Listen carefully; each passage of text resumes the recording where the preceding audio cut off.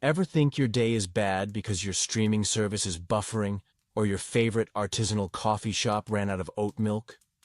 Oh, you sweet summer child. Imagine a world where your biggest health concern isn't gluten, but whether you'll survive a toothache. And your doctor's go-to cure involves more leeches than a B-grade horror movie. Yeah, you'd be so incredibly magnificently screwed in the Middle Ages. It's not even funny. Well, okay. It's a little funny from this distance. Welcome to your favorite medieval channel, the place where we collectively thank our lucky stars for flush toilets and antibiotics. Take a moment to like and subscribe, but only if you're into this kind of historical self-torture. It helps the channel, and frankly, it validates my questionable life choices in specializing in this stuff. Where are you watching from? And what time is it there? I love seeing which part of the world you're joining from. Let me know in the comments. I'm always curious if you're procrastinating work or genuinely can't sleep. Either way, I'm here for you. Tonight, we're diving headfirst into a particularly delightful aspect of medieval life. Forget heroic knights and damsels in distress. We're talking about something far more visceral. So, get comfy. Try not to squirm too much and prepare for an uncomfortable and hilarious journey into the world of medieval medicine, where the cure was often worse than the disease. All right, let's set the scene. You're there, in the heart of the, let's say, 13th century. No Netflix, no scrolling through social media to diagnose your sudden splitting headache. You just feel awful. That artisanal, organic, gluten-free, paleo-approved lifestyle you're so fond of now? Hilariously irrelevant. Your current diet is mostly what won't kill me immediately, and what the rats didn't get to first. And that slight sniffle you woke up with? In this era, that's basically playing Russian roulette with your immune system. Good times. So, you're huddled in your, let's call it a home. It's damp, it's smoky from the central fire. That doesn't quite manage to evict all its fumes through the hole in the roof. And the concept of insulation is about as foreign as a smartphone. You feel a fever coming on. There's no thermometer, of course. Your diagnostic tools are feeling a bit hot, or shivering uncontrollably while your teeth chatter like castanets at a particularly frantic flamenco performance. Your medieval Fitbit is basically just whether you can stand up or not. Your head is pounding, your throat feels like you've swallowed a particularly angry badger, and there's a suspicious ache in your, well, everywhere. You can't just Google your symptoms. There's no WebMD, no urgent care clinic just a short drive away.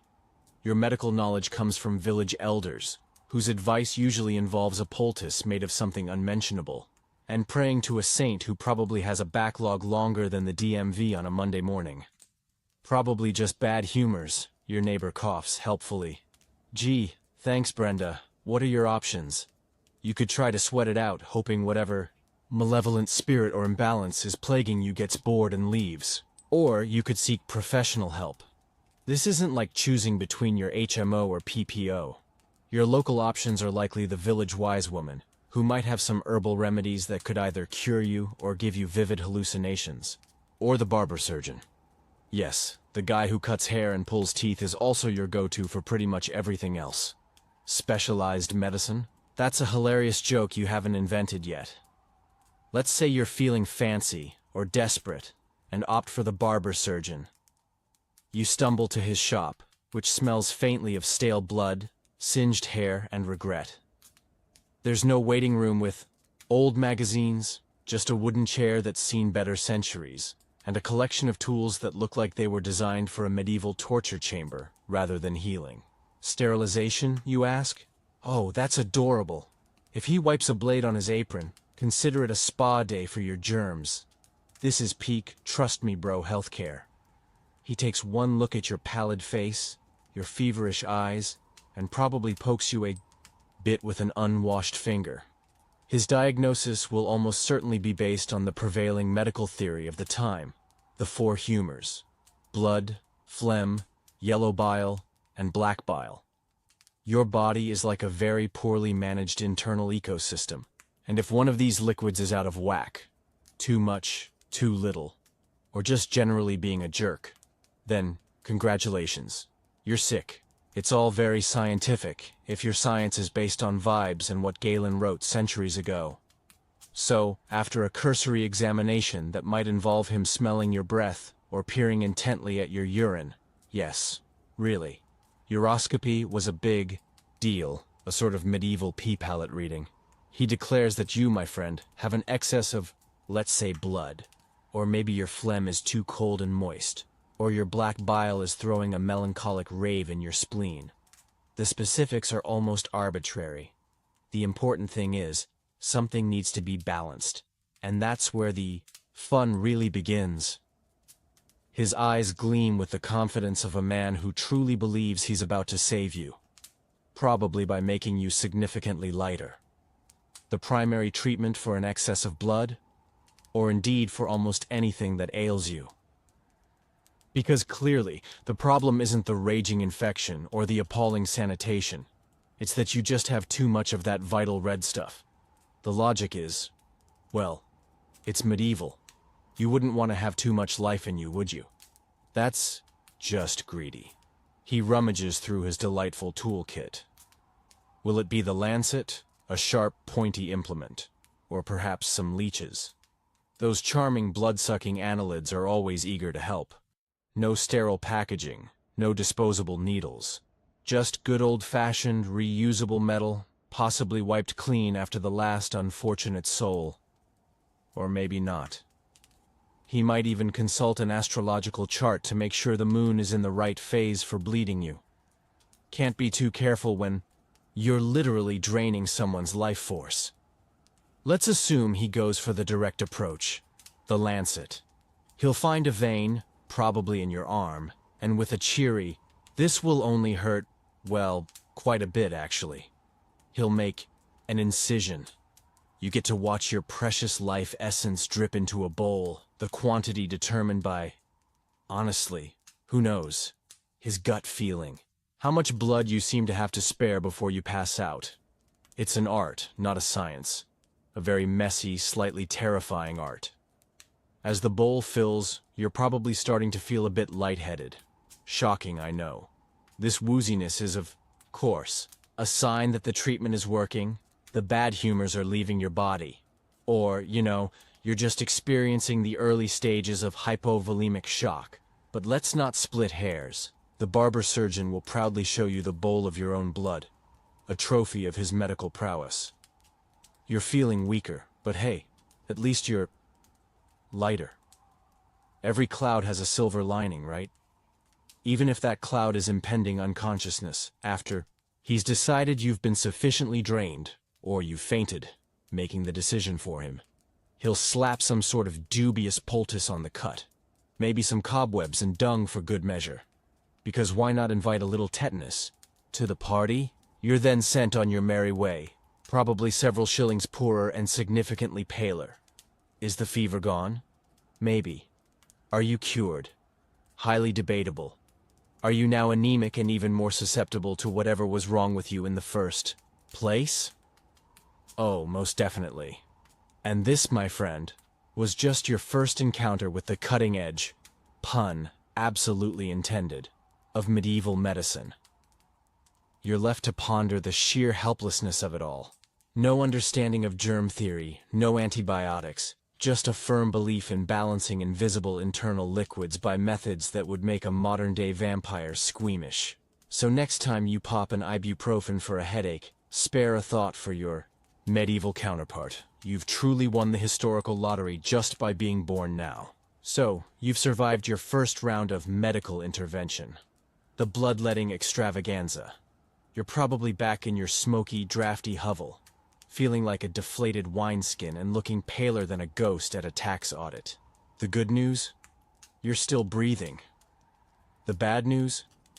Whatever delightful ailment sent you to the barber surgeon in the first place is likely still throwing a party in your system, now with the added bonus of dizziness and a fresh, open wound, just begging for an infection. You're thinking, surely that's the worst they can do, right? Oh, you adorable optimist. You haven't even scratched the surface of their pre-scientific panic room of treatments. Your medieval Yelp review for that last experience would be a single, blood-soaked star.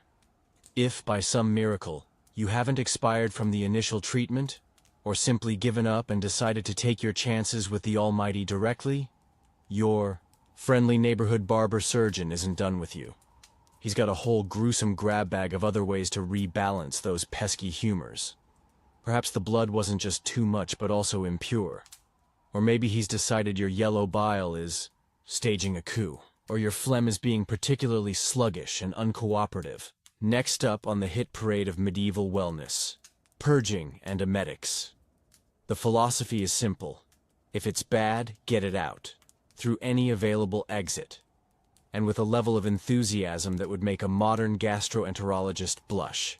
To achieve this glorious evacuation, you'll be prescribed concoctions that make your last questionable late-night kebab seem like a Michelin-starred meal. We're talking potent laxatives like scammony or jalap, or perhaps some charming emetics like antimony or white hellebore, guaranteed to make your stomach perform acrobatics it never knew it was capable of. These weren't gentle herbal infusions, designed to soothe. These were medicinal depth charges. Imagine a brew that tastes like bitter regret mixed with angry dirt, designed to wage chemical warfare on your insides. They didn't have FDA approval back then. It was more like, whatever, doesn't kill the village goat too quickly. The experience? Let's just say you'll be developing a very intimate relationship with the nearest bucket, or, if you're less fortunate, the nearest patch of dirt. This isn't some gentle New Age detox retreat with soothing music and cucumber water. This is your body turning itself inside out, a violent, cramping, sweating, dehydrating festival of misery. All while the barber surgeon nods sagely, convinced he's purging the evil. You'll be cleansed, all right? Cleansed of your will to live, cleansed of any food you've eaten in the last week, and possibly cleansed of several layers of your intestinal lining. You thought food poisoning after that dodgy medieval street. Meat was bad. Amateur hour. And if the oral route wasn't aggressive enough for your practitioner's liking, or if they decided your lower humors were the real troublemakers, then get ready for the clister. That's a fancy, slightly less terrifying word for an enema. But this isn't your discreet, pharmacy-bought modern-day variety. Oh no. We're talking a pig's bladder attached to a hollow tube, or a large metal syringe that looks like it could double as a small cannon, ready to introduce a bewildering array of substances into your nether regions. Warm water, if you were lucky, but often broths, oils, or even wine. Because nothing says healing like a surprise internal wine soak. Let's say, against all odds, these internal blitzkriegs haven't quite done the trick. Or perhaps you have a wound, a boil, or some unsightly skin condition. Don't worry. The medieval medical arsenal has plenty of topical treatments that are just as inventive. Get ready for poultices and plasters made from ingredients that would make a modern composting enthusiast proud. We're talking bread, soaked in boiled milk, relatively benign, or perhaps something more exotic like animal dung. Cow and pigeon were popular choices for their drawing properties. Crushed snails, moss scraped from the skull of a hanged man, or even a charming salve of frog spawn and earthworms. The logic behind these fragrant applications was a delightful mix of sympathetic magic, misunderstood ancient texts, and a hefty dose of, let's just try this, it can't get much worse. Applying something foul was thought to draw out the foulness from your body, or perhaps the doctrine of signatures was at play. If a plant looked like a liver, it must be good for the liver, right?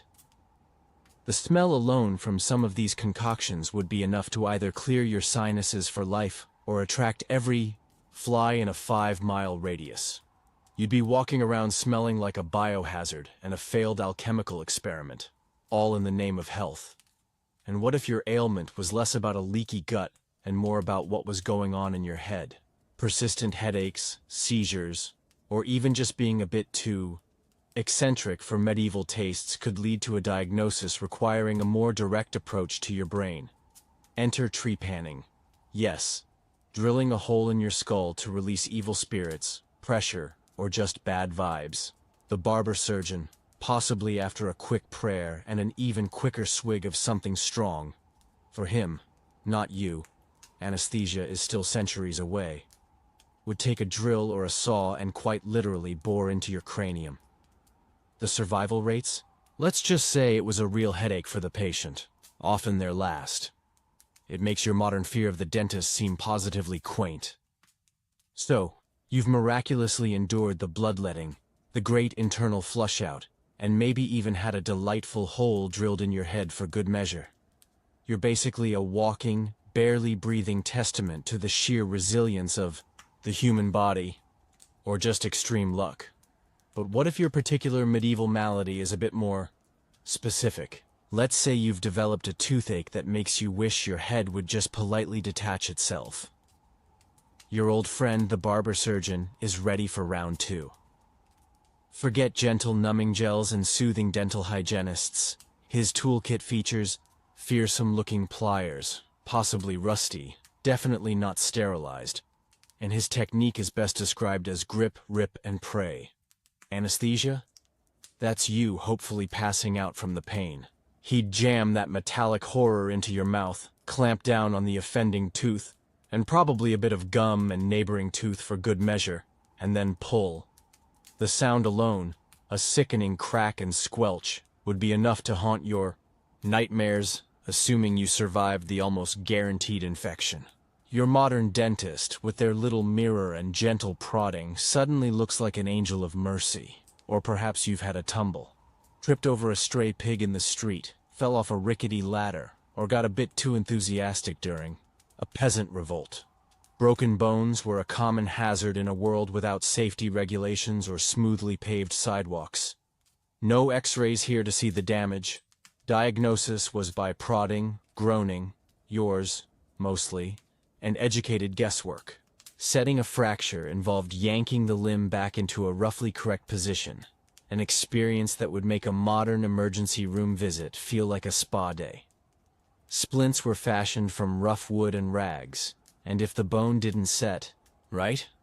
Well, you'd just have a creatively angled limb for the rest of your short, uncomfortable life. If the injury was severe, like a badly mangled leg, amputation was the go-to. Forget sterile operating theaters and delicate reconstructive surgery.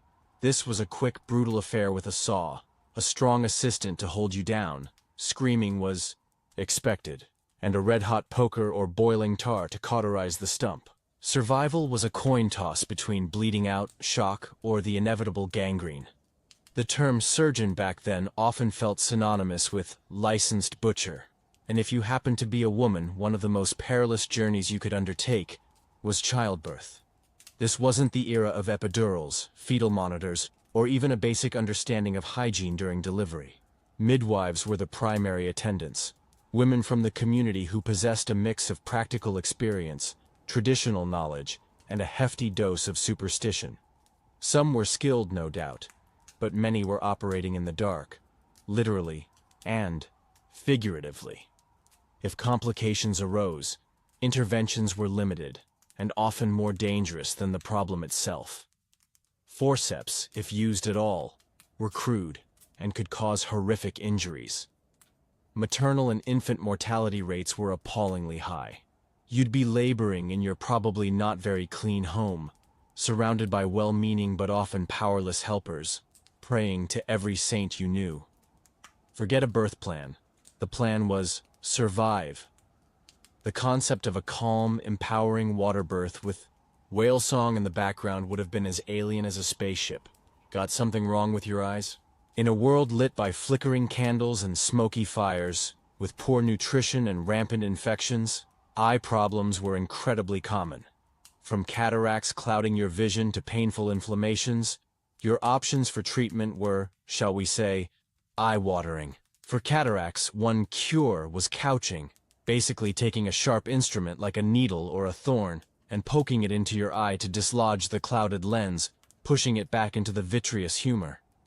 If you were incredibly Lucky, you might regain some blurry vision. More often, you'd end up blind or with a raging infection. Other treatments involved applying ointments made from things like honey, bile, or even powdered gemstones directly onto the eyeball. Imagine someone approaching your precious peeper with a medieval shiv, promising to restore your sight. Suddenly, those slightly too strong reading glasses don't seem so bad, do they? Of course, not all healing was attempted through such direct physical interventions. The church played a massive role in medieval life, and that extended deeply into matters of health and sickness. Illness was often seen as a punishment from God, a test of faith, or the work of demons. Therefore, prayer, repentance, and pilgrimage were considered potent forms of medicine. You might embark on a long, arduous journey to a shrine containing the relics of a saint known for healing, a bone fragment here, a piece of cloth there. If your ailment was deemed to be caused by demonic possession, which could be anything from epilepsy to mental illness, then an exorcism might be prescribed. This involved prayers, holy water, and a priest sternly commanding the offending spirit to vacate the premises. In an age where actual medical treatments were so often harmful, sometimes placing your faith in the divine and doing nothing physically invasive was, ironically, the safer bet. At least prayer didn't usually involve leeches. And what if you were too sick or too poor to be cared for at home? You might end up in a hospital. But erase any image you have of a modern, gleaming facility with beeping machines and highly trained staff. Medieval hospitals, often called hospices or maisons Dieu, houses of God, were usually run by religious orders. Their primary function was less about active medical cure and more about providing shelter, basic sustenance, and spiritual comfort to the destitute sick, the elderly, and travelers. They were often overcrowded, with multiple patients sharing a single bed, regardless of their ailments. Sanitation was rudimentary at best. While the monks and nuns provided care with devotion, their medical knowledge was just as limited as everyone else's. These weren't places you went to get better. They were often places you went to die with a roof over your head and last rites. Think less ER and more God's waiting room, with slightly more suffering and a distinct lack of hand sanitizer. So, by now you've had a grand tour of treatments that make a modern horror film look like a children's tea party. But let's pause and consider the experts orchestrating these medical misadventures. What kind of rigorous training did your friendly neighborhood barber surgeon or learned physician undergo? Forget years of med school, grueling residencies, and licensing exams. Your barber surgeon likely learned his trade through an apprenticeship. That means he watched his master snip hair, lance boils, pull teeth, and let blood, and then he got to try it himself. You, lucky patient, might be one of his early practice runs. Hope you enjoy being a human uchebnik, Russian for textbook, implying you're a learning tool.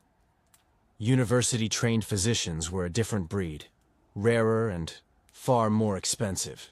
They spent years poring over ancient texts, Galen, Hippocrates, Avicenna, often from poorly translated, centuries-old manuscripts.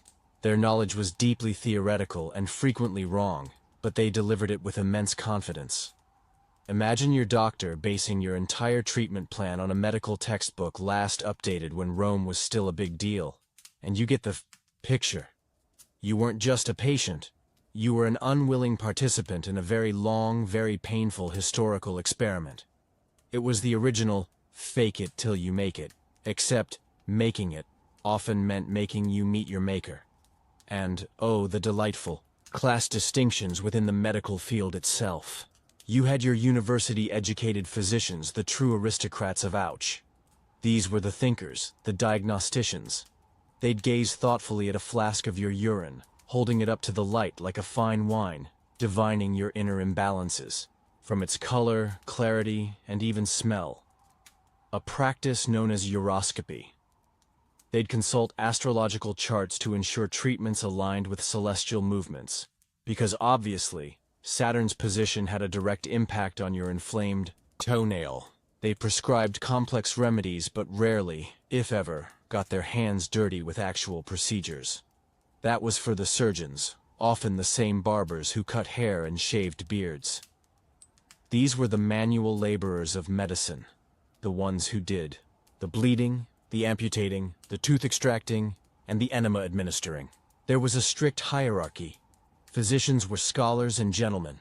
Surgeons were craftsmen, often seen as a lower class. It's like your family doctor diagnosing you from across the room and then sending you to the local butcher for the actual operation. The snobbery was intense, even if the overall quality of care from either was spectacularly questionable. Now, where did you get these marvelous physician-prescribed remedies? From the apothecary, of course.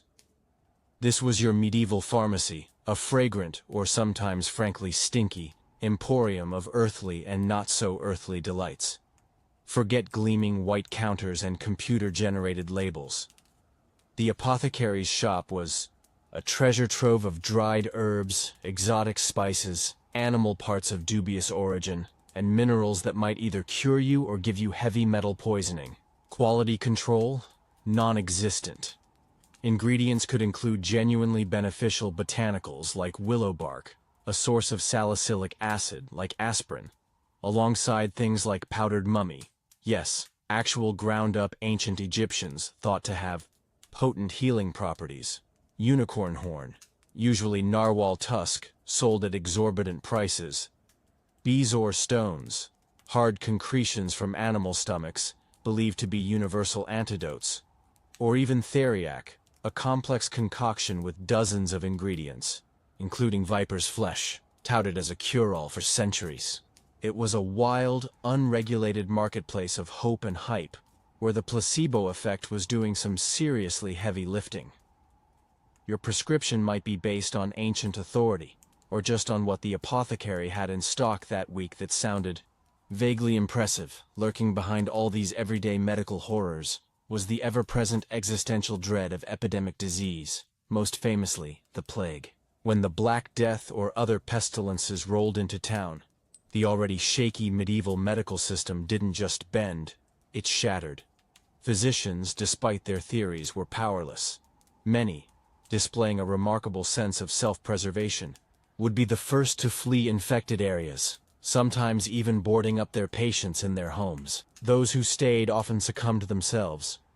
Cures for the plague were a masterclass in desperation and futility, lancing the telltale buboes, agonizing in spread infection, burning aromatic woods like juniper or rosemary to purify the air, or drinking potions containing vinegar, arsenic, or crushed emeralds.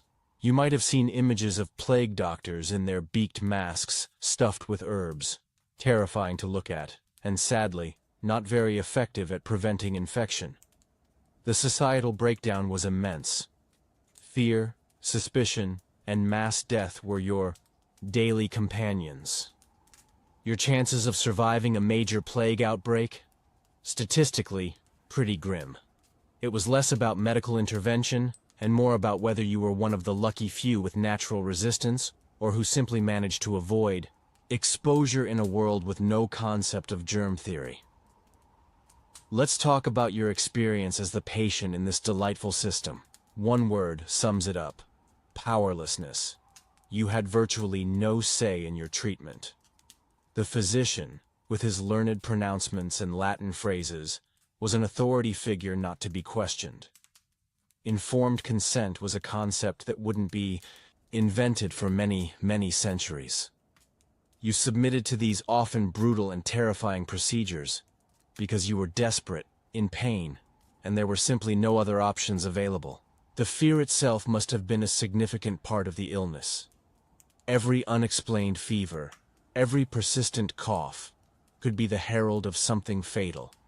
And the cures themselves were often agonizing ordeals to be endured with gritted teeth and a prayer on your lips. Imagine lying there, about to have a limb sawn off with no anesthetic, or a red-hot poker applied to a wound. The psychological trauma, the sheer terror, the crushing weight of knowing that your life was in the hands of well-meaning but often dangerously misguided individuals. It's a level of vulnerability that's hard for us to even comprehend from our relatively safe, medically advanced present.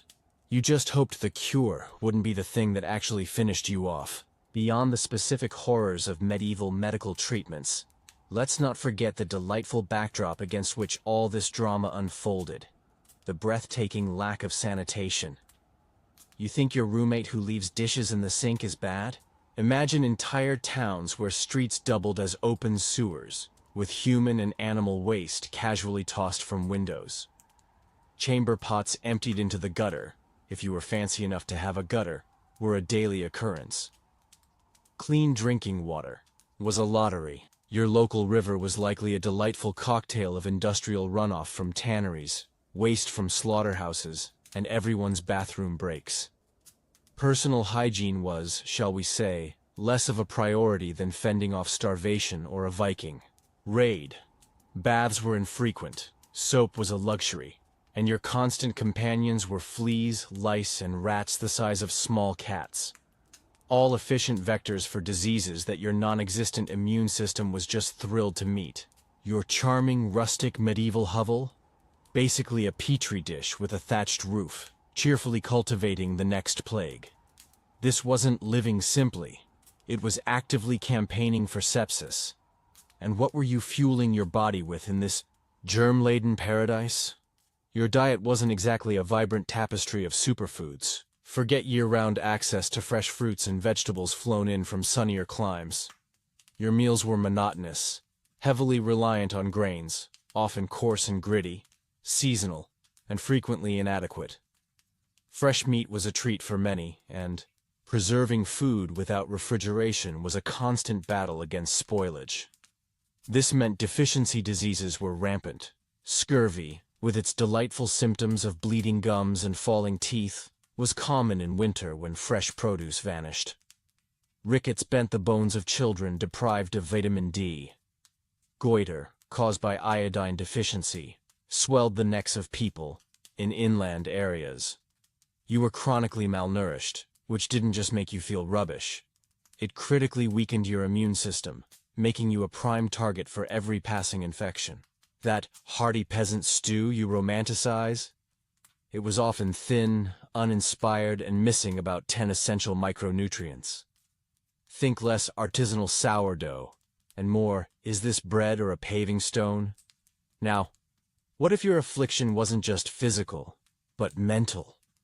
In an era that struggled to understand the body, the mind was an even greater mystery, often viewed through a prism of superstition and religious dogma. Conditions like depression, schizophrenia, or epilepsy weren't seen as illnesses with biological underpinnings, but rather as signs of demonic possession, witchcraft, divine punishment, or, if you were lucky, a particularly stubborn imbalance of your humors. Treatments, if offered, were terrifying. You might be subjected to exorcisms, chained up in a dark cell, whipped to drive out the evil spirits, or dunked in freezing water. Some physicians, true to form, might recommend more bloodletting or purging to correct those pesky mental humors. For severe headaches or perceived madness, trepanning was always on the table, drilling that hole to let the demons or your sanity escape. There was little compassion, immense fear, and zero understanding. Your modern-day therapy session, with its comfy couch and empathetic listening, would seem like an unimaginable futuristic luxury. When the established medical practitioners with their leeches and Latin failed you, which was often, or if you simply couldn't afford their dubious services, there was always the thriving marketplace of unofficial healers and outright charlatans. Fairs and market towns buzzed with wandering quacks, each with a miracle cure more astonishing than the last. You had the theatrical tooth drawers, often accompanied by a loud drummer to drown out your screams, yanking teeth with pliers more suited to a blacksmith. There were the stone cutters, who claimed they could surgically remove bladder stones, a painfully common affliction. Their trick often involved a swift incision, a lot of blood, and a stone they'd palmed beforehand, miraculously produced as proof of their skill, while leaving the real stone and a nasty infection behind. These mountebanks sold expensive amulets, useless potions brewed from God knows what, and promises of instant relief, preying ruthlessly on the fear and desperation of the sick. You, racked with pain and desperate for any hope, might easily be duped into handing over your last few coins for a vial of attractively packaged snake oil. Beyond the realm of physicians, and even the shadiest of quacks, everyday life was steeped in superstition that heavily influenced how you perceived illness and healing. While the church offered its own spiritual remedies, a vast undercurrent of folk magic and belief in supernatural forces persisted. You might wear a specific amulet, perhaps a dried toad in a bag around your neck, to ward off the plague. Certain gemstones were believed to have protective or curative powers. The evil eye was a genuine fear, and elaborate rituals might be undertaken to deflect its malevolent influence if you suddenly fell ill. If you had a fever, a common folk remedy might involve burying a lock of your hair under a particular type of stone at a specific phase of the moon. These practices, while perhaps less physically harmful than being bled half to death, underscore the profound sense of vulnerability and the desperate search for any kind of control in a world where illness was mysterious, terrifying, and often a swift precursor to death. Your modern lucky socks for game day have got nothing on the sheer imaginative desperation of medieval magical cures. Let's dive deeper into the glorious realm of medieval surgery, shall we? If you thought the barber surgeon's enthusiasm for bloodletting was alarming, wait until you need something actually cut out or fixed. Anesthesia, remember, is a futuristic dream. Your options for pain management during an operation were grit your teeth, swig some potent alcohol, if you were lucky and it didn't just make you more agitated, or hopefully pass out from the sheer agony. Surgeons prided themselves on speed, not delicacy. The less time you spent screaming and writhing, the better for everyone's nerves, especially theirs. Antiseptics? The concept of invisible germs causing infection was centuries away. Surgeons operated with unwashed hands, in unhygienic conditions, using tools that might have last been used to repair a leather saddle. Common procedures like hernia, repair, removal of bladder stones, lithotomy, a truly brutal affair involving perineal incisions, or amputation were performed with a terrifying combination of boldness and ignorance. Even if the surgery itself was technically successful, meaning you survived the initial procedure, your chances of dying from a subsequent infection, a raging fever, pus-filled wounds, gangrene, were astronomically high. Successful operation, patient died, could have been the medieval surgeon's unofficial motto. Part of the reason surgery was such a gamble, on top of the no pain relief, no hygiene nightmare, was the spectacularly limited understanding of human anatomy. For much of the Middle Ages, particularly in Christian Europe, the dissection of human bodies was heavily frowned upon, often outright forbidden for religious reasons. This meant that your learned physician and your hands-on surgeon were largely working from ancient texts, like those of Galen, who, brilliant as he was for his time, based most of his anatomical knowledge on dissecting animals, Barbary apes, pigs, and goats. While there are similarities, a pig's liver is not quite the same as yours. Imagine your surgeon trying to navigate your insides using a roadmap for a different species. Mistakes weren't just possible, they were practically guaranteed. Towards the later Middle Ages, some centers like Bologna began to cautiously reintroduce human dissection for medical training. But it was slow progress, often restricted, and the knowledge disseminated painfully slowly. So, when that surgeon was rummaging around inside you, he was often quite literally flying blind, or at best, working with a very outdated and inaccurate GPS. Some diseases inspired a particular terror, not just for their physical effects, but for the profound social isolation they caused. Leprosy is the prime example. In an age with no understanding of its actual transmission, it's surprisingly not that contagious. Leprosy was widely believed to be a divine punishment for sin, a visible mark of God's displeasure. The diagnosis, often made by priests or community leaders rather than medical professionals, was a social death sentence. You'd be ostracized from your community, forced to live apart in leper houses or colonies, sometimes required to wear special clothing or ring a bell to warn others of your approach. The physical disfigurement could be severe, but the psychological toll of being utterly shunned, feared, and treated as unclean was unimaginable. And because diagnostic skills were rudimentary, other skin conditions, severe eczema, psoriasis, or even syphilis in its later stages, could easily be misdiagnosed as leprosy, condemning you to a life of exile for a disease you didn't even have. It was a one-way ticket to pariah town, population, you. If you were a woman in the Middle Ages needing medical attention, congratulations. You unlocked a special level of medieval healthcare hell.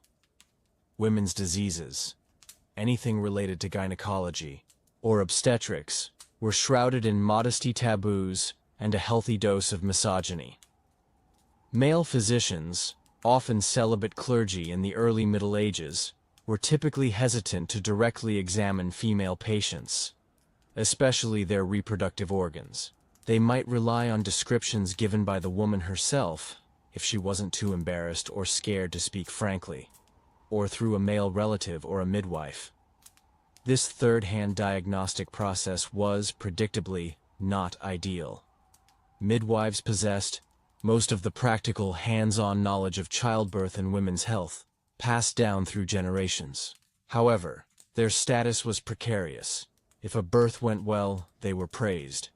If it went badly, a maternal or infant death, which was tragically common, they could easily become scapegoats, accused of incompetence or even witchcraft, especially if they were perceived as too independent or knowledgeable in unnatural ways.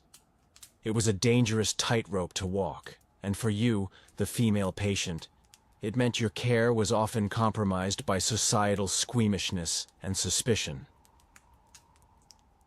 Amidst this symphony of suffering and scientific faceplants, were there any glimmers of sense? Occasionally, yes, like finding a 5-leaf clover in a minefield. Some herbal remedies, passed down through folk tradition, actually had beneficial effects. Willow bark for pain and fever, hello aspirin. Poppy for pain relief, hello opium. Foxglove for certain heart conditions, hello digitalis. These existed, though their use was unstandardized and dosage was pure guesswork. Some wise women or observant monks might have noted that rest, warmth, and nourishing food, if you could get it, helped people recover from illness, a revolutionary concept in an era obsessed with aggressive intervention. You might even encounter a rare physician who, after reading the more cautious passages of Hippocrates, advised against excessive bloodletting or purging, much to the surprise of his colleagues who thought more was always more when it came to bodily fluids exiting stage left. These moments of accidental competence or ancient wisdom shining through would have felt like divine intervention, precisely because they were so starkly contrasted with the prevailing, often lethal, medical dogmas of the time. Finding a doctor who told you to just take it easy and drink plenty of fluids would be like winning the medieval lottery. After you've been bled, purged, poked, prodded, and possibly had bits of you enthusiastically, if inaccurately, rearranged, what happens if the cure isn't quite curing? Well, in the Middle Ages, there was a highly developed cultural response to this very common scenario, the ars moriendi, or the art of dying. Since successfully treating serious illness was rarer than a dragon's dental plan, a great deal of societal and religious focus shifted from prolonging life to ensuring a good death. This meant dying with your spiritual affairs in pristine order. The priest, with his holy water and last rites, became a far more significant figure than the physician with his increasingly desperate, and probably painful, interventions. You'd be encouraged to confess your sins, make peace with God, forgive your enemies, even that neighbor whose chickens kept digging up your turnips, and ensure your will was in order. Your family would gather, not necessarily expecting a miraculous recovery, but to witness your pious departure. In a world where your physical well-being was so precarious, Your eternal soul was the one thing you might still have some agency over, and they took that very seriously. Ironically, more care might be lavished on your soul's send-off than on your body's last stand. Let's talk about pain. Oh, you thought your modern wisdom tooth extraction was bad, even with the good drugs? Imagine enduring the agony of a compound fracture, a raging internal infection, kidney stones, or post-surgical hell with almost nothing to alleviate the torment. While some plant-based analgesics like poppy extracts, containing opium, were known, their use was inconsistent. Dosages were wildly unreliable, and they were often viewed with suspicion, or reserved for the truly desperate, if available at all. Alcohol, like wine or ale, might offer a temporary muddled stupor, but was hardly a match for severe acute pain. For the most part, you were expected to endure your suffering with fortitude, perhaps finding solace in the idea that it was a penance for your sins or a way to emulate the suffering of Christ. Chronic pain, the kind that grinds you down day after day, was a life sentence with no parole and very little effective relief. That bottle of ibuprofen or paracetamol in your modern medicine cabinet? To your medieval self, it would be a relic of unimaginable magical power, a gift from the gods of ouchlessness. The psychological toll of simply existing in this medical landscape must have been immense. Imagine the constant low-humming fear. Every cough, every fever, every unexplained ache could be the harbinger of a swift and unpleasant demise. You'd witness friends, family, and neighbors succumbing to illnesses with terrifying regularity, often after undergoing treatments that seemed more like ritual torture than healing. Children died frequently. Childbirth was a life-threatening gamble for women. This constant proximity to death, combined with the sheer helplessness in the face of disease, would foster a mindset vastly different from our modern expectation of medical miracles and long life. You might become deeply fatalistic, resigned to your fate, or cling desperately to any shred of hope, no matter how irrational. Hence the popularity of dubious relics and even more dubious quacks. The modern mantra of living your best life with green smoothies and mindfulness apps would be utterly alien. For you, living your best life probably meant just making it through another winter without contracting dysentery or being mistaken for a witch. But what if, against all odds, you actually survived a serious illness and the subsequent medieval medical onslaught? You'd emerge from the ordeal not with a sense of triumphant recovery, but likely as a permanently altered individual. You might be scarred from crude surgeries or afflictions, weakened by repeated bleedings and purgings, or disabled by poorly set bones. The trauma of the experience, the pain, the fear would linger. There were no therapists to help you process nearly dying at the hands of your doctor. Instead of being celebrated as a medical marvel, your survival might be attributed to divine intervention, your own robust constitution, or sheer, inexplicable luck. Perhaps your neighbors would whisper that you were particularly blessed, or conversely, that you'd somehow cheated death and were now walking a thin line, possibly even viewed with a touch of suspicion. There were no triumphant survivor stories complete with a book deal and a morning talk show appearance, just a quiet, probably bewildered gratitude that you were still drawing breath, and a lingering fear of the next time illness might strike. And let's not forget the financial implications of your medieval medical journey. While the truly destitute might find some basic palliative care in monastic infirmaries, for most people, falling ill meant a significant economic burden. Physicians, especially the university-trained ones with their fancy robes and Latin pronouncements, charged fees for their consultations. Fees that could be substantial. Apothecaries, with their exotic ingredients like powdered mummy and unicorn horn, certainly didn't give their wares away for free.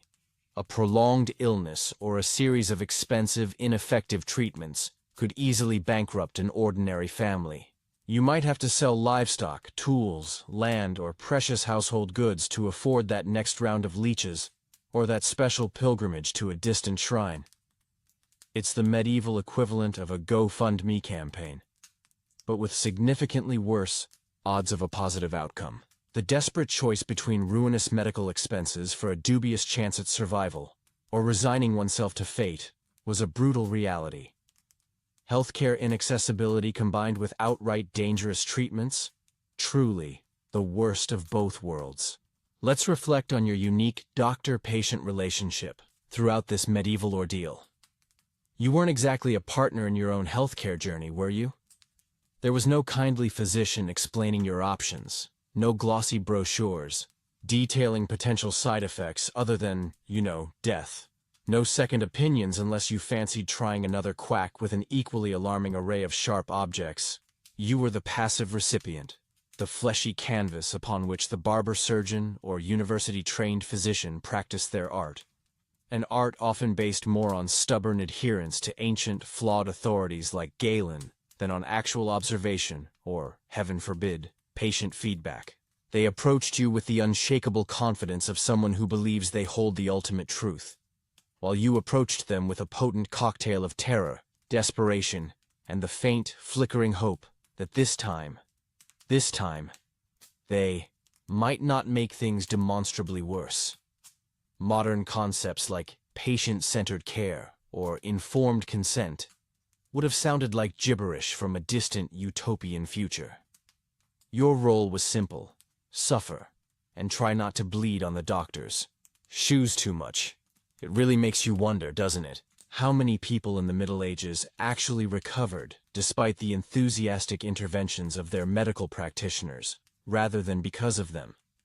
The human body has an astonishing capacity for healing itself, a resilience that must have been sorely tested by the onslaught of bloodletting, purging, and bizarre concoctions. Imagine your immune system, already battling some nasty infection, suddenly having to contend with being drained of several pints of blood, then fighting off the additional infections introduced by unsterilized tools or dung-filled poultices. It's a testament to our species' stubborn refusal to die that anyone survived serious illness back then. There were undoubtedly countless instances where the best treatment would have been to do absolutely nothing. Just rest, simple, food if available, and letting nature take its course. But in an age where doing something, anything, was equated with providing care, such benign neglect was a rare and accidental mercy. Your body's mantra was probably, "I'm not sick. I'm just in a really toxic relationship with my doctor." Let's paint the absolute best-case scenario for your medieval health crisis. Perhaps you came down with a relatively minor ailment, a slight chill, a touch of indigestion. You didn't rush off to the barber surgeon for an emergency bleeding. Instead, the local wise woman, who'd inherited generations of herbal knowledge, gave you a soothing infusion of chamomile or peppermint tea. Or maybe your village priest advised simple prayer and a day of rest. Miraculously, you felt better in a day or two.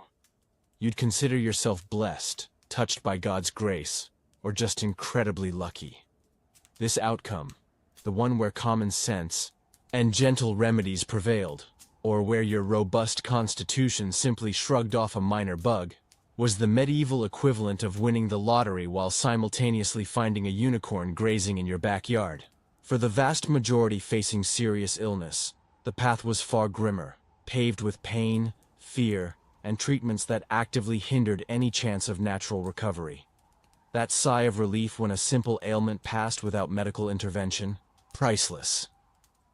The truly frustrating part, from our modern vantage point, is knowing that the seeds of actual medical understanding were sown long before, but lay dormant or misinterpreted for centuries. The meticulous observations of Hippocrates, the anatomical insights, even if animal-based, of Galen, the medical knowledge preserved and advanced in the Islamic world, these existed. Yet in much of medieval Europe, this knowledge was filtered through layers of dogma, mistranslation, and a rigid adherence to authority that stifled critical thinking and empirical observation. The slow, agonizing crawl towards the Renaissance and the scientific revolution would eventually begin to chip away at these ancient errors, with figures like Vesalius daring to actually look inside the human body, and Paracelsus challenging outdated Theories. But for you, our unfortunate medieval protagonist, all that progress is far in the future. You are stuck in a medical dark age, where the brightest minds are often the most confidently wrong, and your chances depend less on science and more on prayer and a strong stomach. So you've made it. You've vicariously experienced the blood, the bile, the sheer, unadulterated terror of being sick in the Middle Ages. Hopefully you've chuckled, cringed, and maybe even learned a thing or two about why you should send a thank you card to Alexander Fleming every single day. The next time you feel a sniffle coming on and casually reach for a tissue, or pop an over-the-counter painkiller for a headache, or even, gasp, have to endure a routine checkup with your actual, qualified 21st century doctor, spare a thought for your medieval counterpart. Remember the leeches, the laudable pus, the prayer before the amputation saw. Feel that wave of profound, overwhelming gratitude wash over you. You are not just better off. You are living in a veritable medical paradise by comparison. This isn't just history. It's the best possible advertisement for modern sanitation and science-based medicine. Go ahead, kiss your next antibiotic prescription. You've earned it, just by being born now. So, you thought being a medieval medical patient was the absolute pits? Hold my lukewarm, slightly gritty ale, because we're about to trade the dubious mercies of the barber surgeon for the even more questionable sanctuary of holy orders. Welcome, you unfortunate soul, to the Abbey of St. Sisyphus, where the prayers are endless, the bread is stale, and your chances of a happy, fulfilling life just took a nosedive into a vat of poorly fermented communion wine. You're not here because you've seen the divine light or felt a profound calling to serve God. Oh no. Your entry into this hallowed institution was probably far more prosaic and infinitely more depressing. Perhaps you were the third son of a minor noble with too many heirs and not enough land, dumped here like last season's tunic to save on inheritance squabbles. Or maybe you made a spectacularly ill-advised pass at the wrong baron's wife and this was your get-out-of-being-flayed-alive card. Whatever your backstory, the point is, you're here. And your personal life goals now officially peak at surviving Vespers without falling asleep and getting flogged. The first thing that hits you about the Abbey of St. Sisyphus isn't the overwhelming sense of peace or divine presence. It's the smell, a heady cocktail of damp stone, beeswax, incense that's seen better days, simmering vegetable pottage that has ambitions of becoming sentient, and the faint, lingering aroma of unwashed monks. Ode to medieval piety, if you will. Then there's the cold. A persistent, gnawing chill that seeps into your bones from the stone floors, mockingly indifferent to the threadbare wool of your new, scratchy habit. You quickly learn that central heating is a decadent fantasy reserved for the deepest circles of hell, or possibly just for the abbot's private chambers, which you hear whispered are suspiciously cozy. Your new alarm clock? A massive bell that seems to delight in jolting you from your sliver of sleep at an hour when even owls are still hitting the snooze button. Forget leisurely mornings with a strong coffee and a scroll through the latest gossip. Your day starts with matins in a freezing chapel, your breath misting in the air as you try to mumble Latin chants you barely understand, all while your stomach performs a symphony of hunger pangs. The daily routine is a masterclass in monotonous misery, designed, you suspect, less for spiritual enlightenment, and more to ensure no one has the spare energy to think too hard about the absurdity of it all.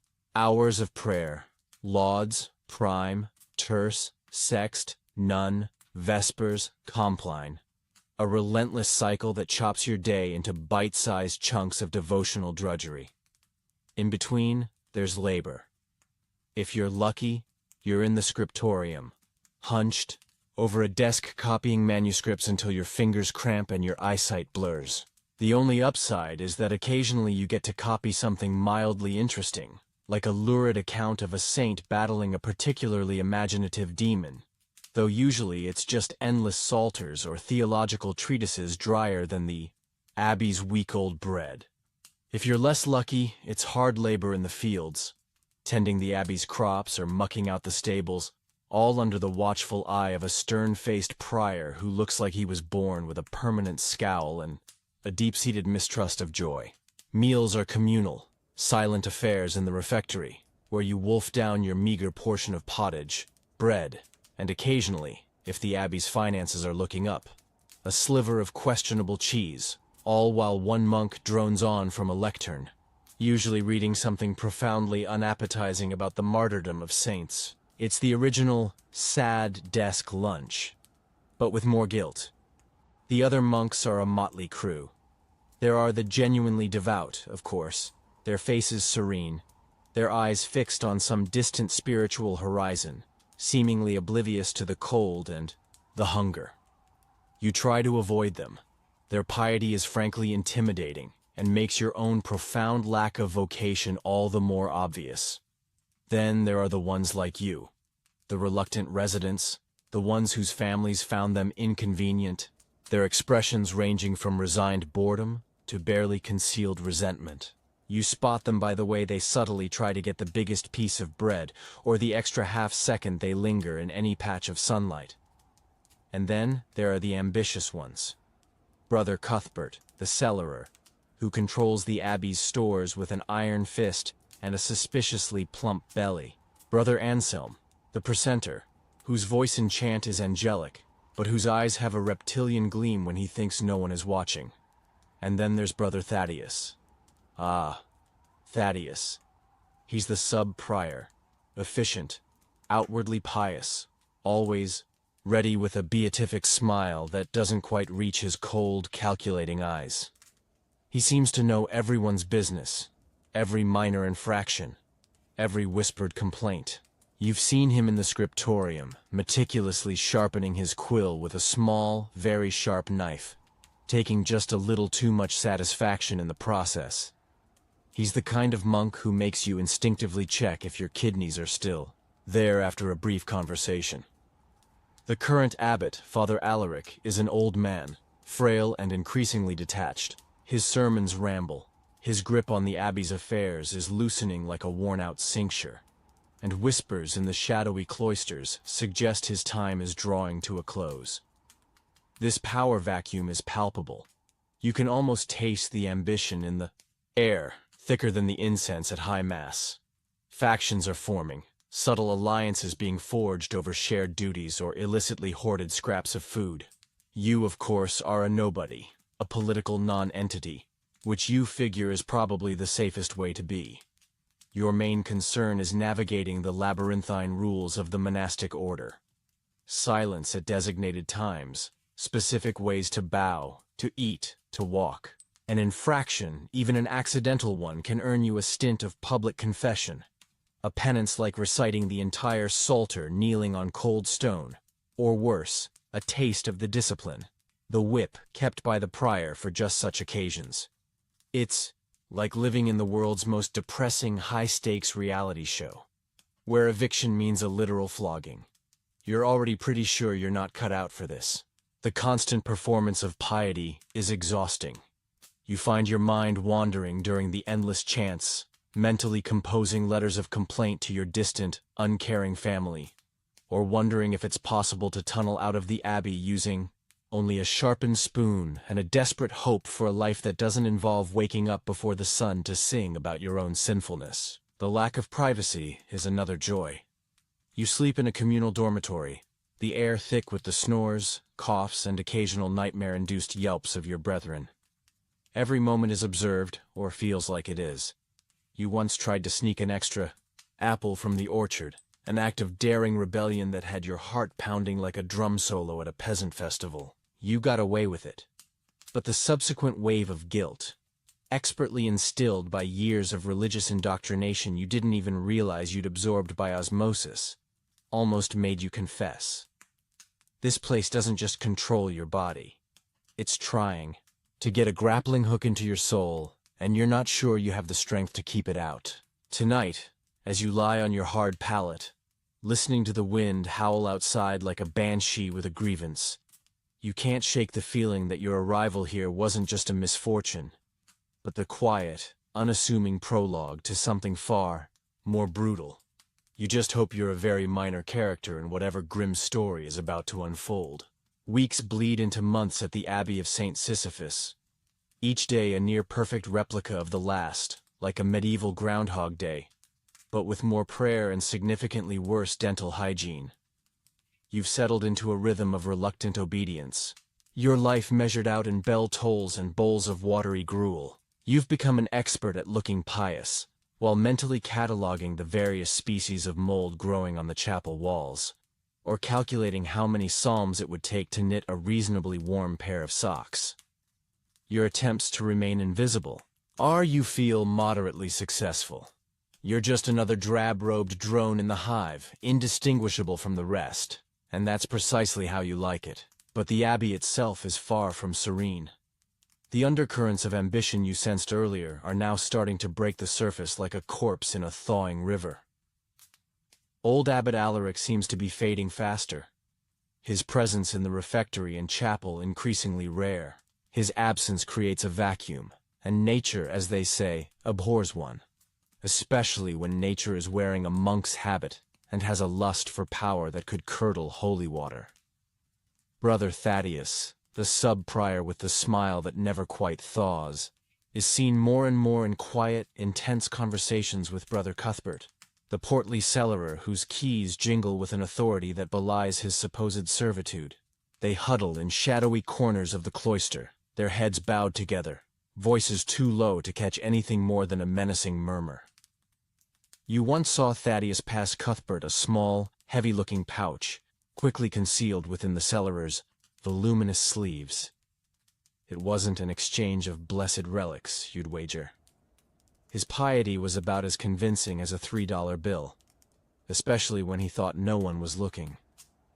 The air in the Abbey grows thick with unspoken tensions, with sidelong glances and conversations that halt abruptly when you approach. It's like living in a particularly grim theological thriller, and you have a nasty suspicion you're about to be cast as the expendable character who stumbles upon the conspiracy. Your own life takes a delightful turn for the worse when you're assigned a new duty, assisting old Brother Gilead, the Abbey's herbalist and infirmarian. This sounds almost pleasant, a potential escape from the mind-numbing scriptorium or back-breaking field labor. You imagine quiet hours tending to fragrant herbs, perhaps learning a thing or two about healing. The reality, however, is less zen, garden, and more gothic horror apothecary. Brother Gilead is ancient, half-blind, and his infirmary smells like despair and decaying poultices. Your main tasks involve grinding unidentifiable substances with a pestle and mortar, stirring bubbling, noxious concoctions over a smoky fire, and cleaning up messes that would make a hardened plague doctor reconsider his career choices. The herbs aren't so much fragrant as they are ominous, and Gilead's muttered incantations as he mixes them do little to inspire confidence.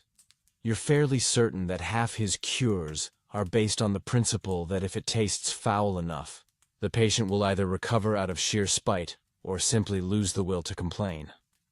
One evening, while you're reluctantly scrubbing a particularly gruesome stain from the infirmary floor, you try not to think about its origins. Gilead sends you to the rarely used undercroft beneath the old chapel to fetch a specific type of dried fungus he insists is vital for a potion to treat the prior's persistent cough. The prior, a man whose spiritual devotion is matched only by his ability to find fault in your every action, has been hacking like a man trying to dislodge a small badger for weeks.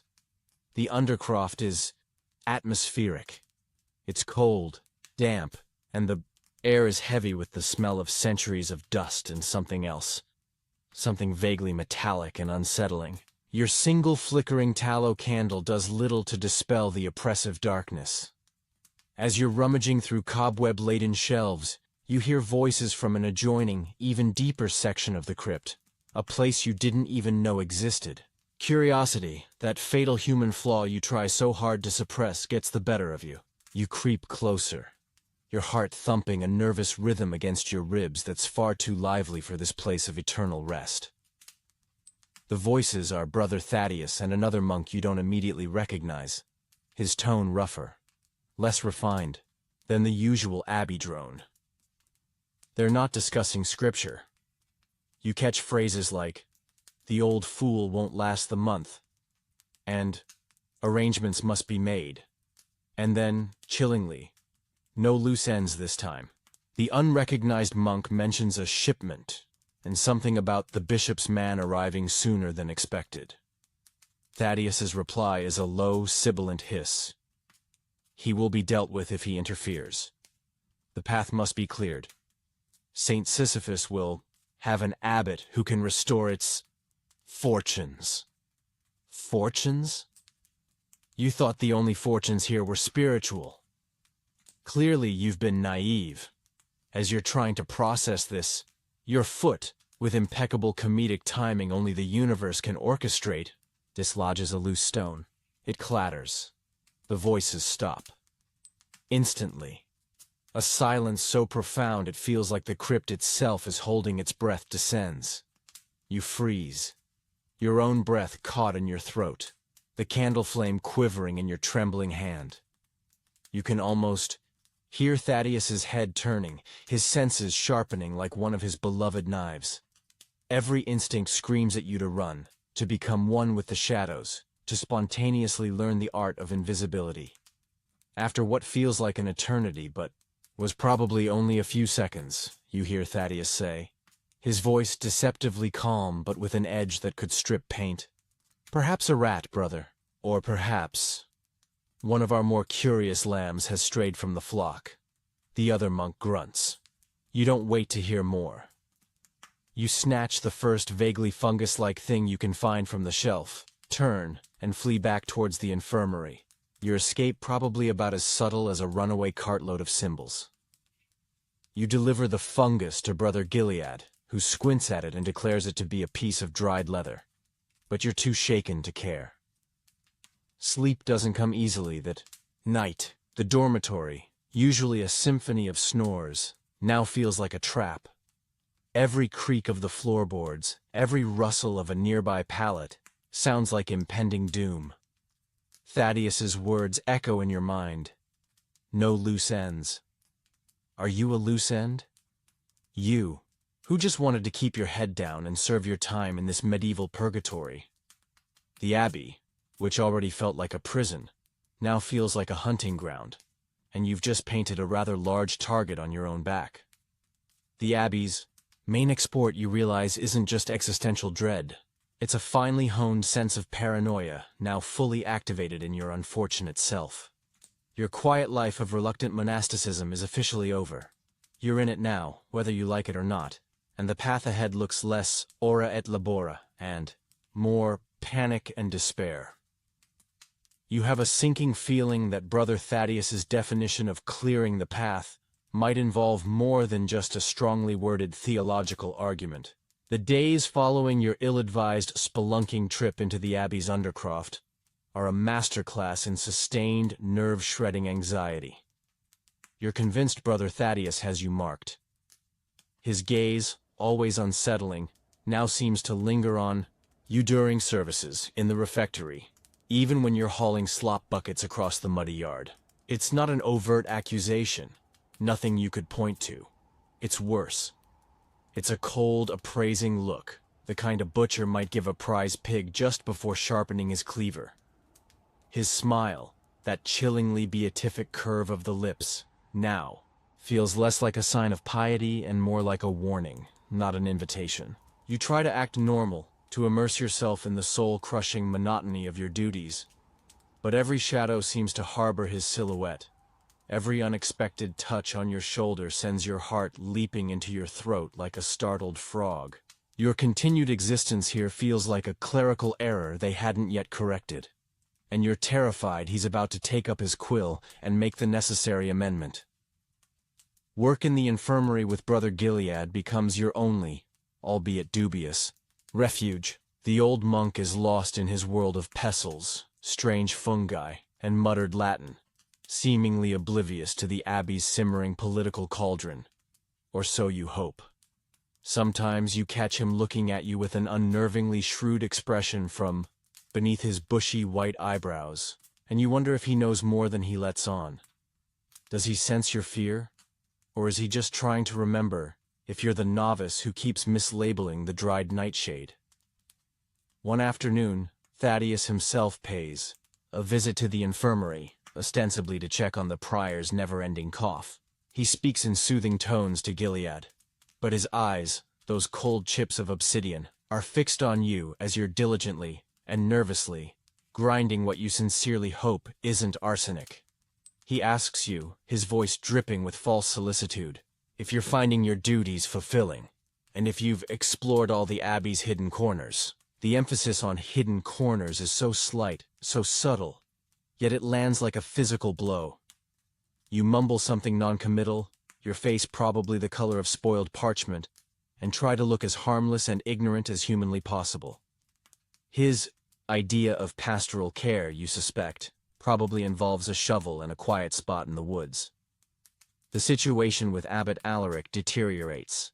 He's now confined to his bed, and the whispers about his imminent demise are no longer whispers, but open speculation. The Abbey is less a house of God, and more a high-stakes chess game played with souls for pawns, and the end game is rapidly approaching. Brother Cuthbert, the cellarer, seems to have thrown his considerable weight, both literal and figurative, behind Thaddeus. The quality of the bread in the refectory improves slightly for those known to be in Thaddeus's camp, a small but significant sign of shifting allegiances. Other potential rivals for the abbacy meet with unfortunate, if minor, setbacks. Brother Jerome, a respected scholar who some thought might be a candidate, develops a sudden, violent allergy to incense, forcing him to miss key services. Brother Michael, known for his eloquent opposition to Thaddeus's more pragmatic views on Abbey finances, takes a mysterious tumble down a flight of stone steps, breaking his leg and, more importantly, his spirit. Accidents happen, of course, especially when ambitious sub-priors are involved. Your fear drives you to a desperate, probably foolish act. You need to know more, or rather, you need to know if they know about you. You start paying closer attention, trying to glean information, without making yourself conspicuous, a near impossible task when you feel like you're wearing a neon sign that says, "Suspiciously nosy novice."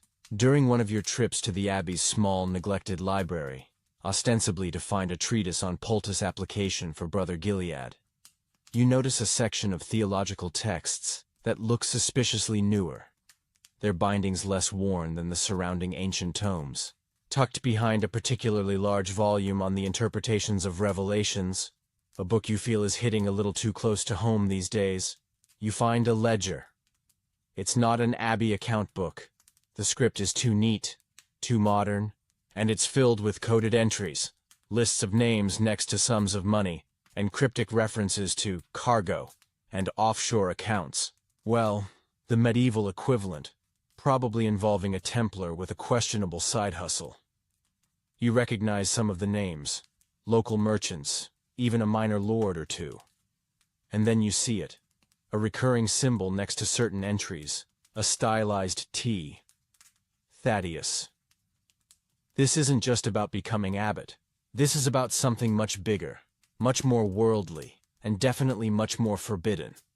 Just as you're trying to make sense of a particularly damning entry about a disputed shipment of relics from the Holy Land, the library door creaks open. It's Thaddeus. Of course, it's Thaddeus. He seems to materialize from the shadows these days like a poorly written Gothic villain. He doesn't look surprised to see you. He simply raises an eyebrow, that beatific smile playing on his lips. "Brother, your name," he says, his voice as smooth as oiled leather. "Finding your reading illuminating, I trust. Some texts can be dangerously misinterpreted by those without the proper guidance." He takes a step closer. You can smell the faint, cloying scent of incense that always clings to him, now mixed with something else. Something that reminds you of the metallic tang in the undercroft. Your mind races. This is it. He knows. He has to know. You feel your carefully constructed facade of ignorant bliss crumbling. He gestures towards the ledger, which you're still clutching like a drowning man clutches a rotten log. Interesting choice of literature, he continues, his eyes boring into yours. Such worldly concerns. One might almost think you were looking for something specific, or perhaps that you had found something specific. The silence stretches, thick with unspoken threats. Your heart is doing a frantic jig against your ribs. You have a sudden, vivid image of that quiet spot in the woods. This is no longer about just surviving the daily grind of monastic life. You've stumbled into the deep, dark, murky waters of Thaddeus's ambition, and you get the distinct impression that he's not the kind of man who leaves inconvenient witnesses paddling. He takes another step. You're trapped between him and a shelf full of unhelpful saints. Your future at the Abbey of St. Sisyphus, if you even have one, just got a whole lot bleaker. Trapped. That's the only word for it. You're caught between Brother Thaddeus, whose smile is currently about as reassuring as a shark's, and a towering shelf of unhelpfully silent saints, the incriminating ledger practically burning a hole in your trembling hands. Your mind, which has become adept at composing desperate prayers that have nothing to do with liturgical requirements, is now frantically searching for an escape route that doesn't involve confessing to espionage and begging for a quick, painless execution. Spoiler alert, your brain comes up empty. Thaddeus takes another slow, deliberate step, closing the distance.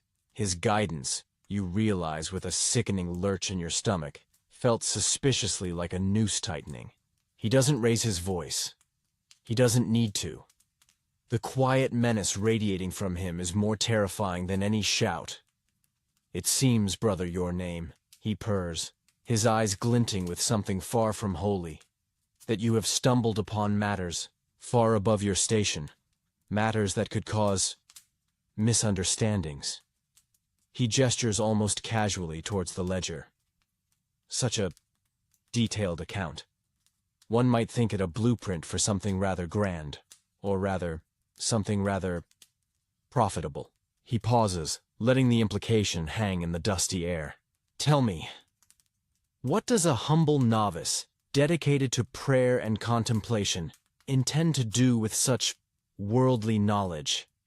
Your tongue feels like a dried fig, stuck to the roof of your mouth. You try to stammer out an excuse. You were looking for a specific commentary. You picked it up by mistake. You thought it was a particularly dull collection of saints' lives. But the words die before they're born. He knows you're lying. You know he knows. It's a horrifyingly silent antechamber to whatever comes next. Your options, it appears, are rapidly narrowing down to complicity or compost. Then, surprisingly, Thaddeus chuckles. A dry, humorless sound that makes the hairs on the back of your neck stand up.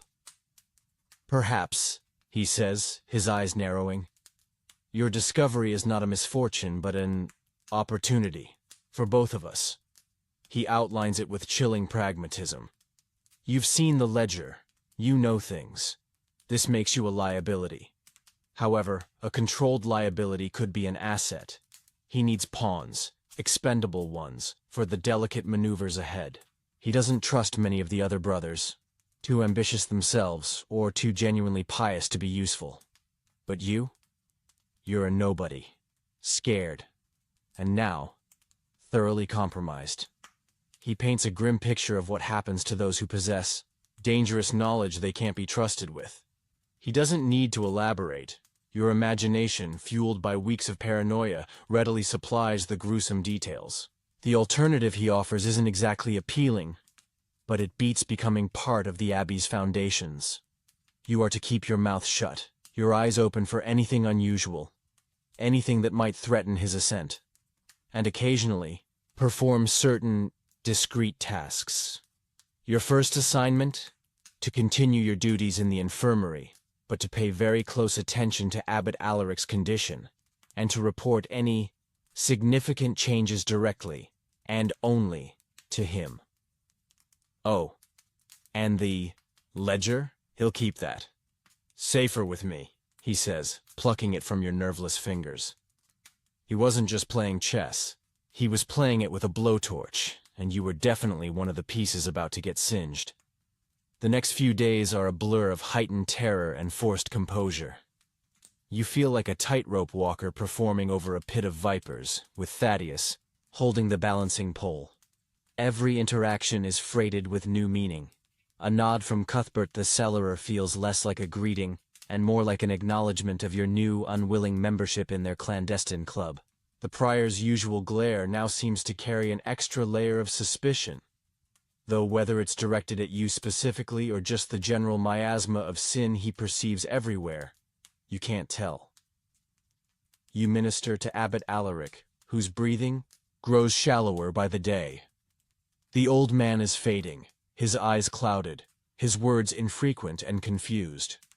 Brother Gilead, bless his possibly oblivious soul, continues to brew his strange concoctions, occasionally offering Alaric a spoonful of something, time counterintuitively foul. You watch, you listen, and you report to Thaddeus, your words feeling like poison on your tongue. You are now officially a spy, a tiny, terrified cog in his infernal machine. The shipment you overheard mentioned in the Undercroft arrives, not with a bang, but with a quiet shuffling of heavily laden mules in the dead of night. You only know because Thaddeus, in his infinite wisdom, decides your presence is required, along with a few other trusted brothers, to unload several large unmarked crates into that same forbiddingly deep section of the crypt. The crates are heavy, smelling faintly of foreign spices and something else. Something that reminds you of grave dust. No one speaks. The work is done in near silence, broken only by grunts of exertion and the furtive, flickering light of a few carefully shielded lanterns. Thaddeus supervises, his face an unreadable mask. You catch a glimpse inside one crate as a corner of its lid splinters. Not relics, not wine, but weapons, swords, daggers, even a few crossbows, gleaming darkly. Your blood runs cold. This isn't just about seizing control of an abbey anymore. This is something far more dangerous, something that smells of rebellion, or perhaps a private war. The path to power here, you realize, isn't just paved with broken vows and conveniently placed accidents. It's being armed to the teeth. The bishop's man, the one Thaddeus was worried about, also makes his appearance. He's a stern, officious cleric named Inquisitor Dominic, sent, he announces with grim satisfaction, to investigate certain rumors of irregularity at St. Sisyphus.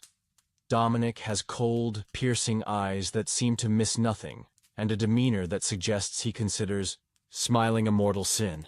He begins his inquiries immediately, interviewing monks, poring over abbey records, the legitimate ones at least, and generally casting a pall of inquisitorial dread over the entire establishment.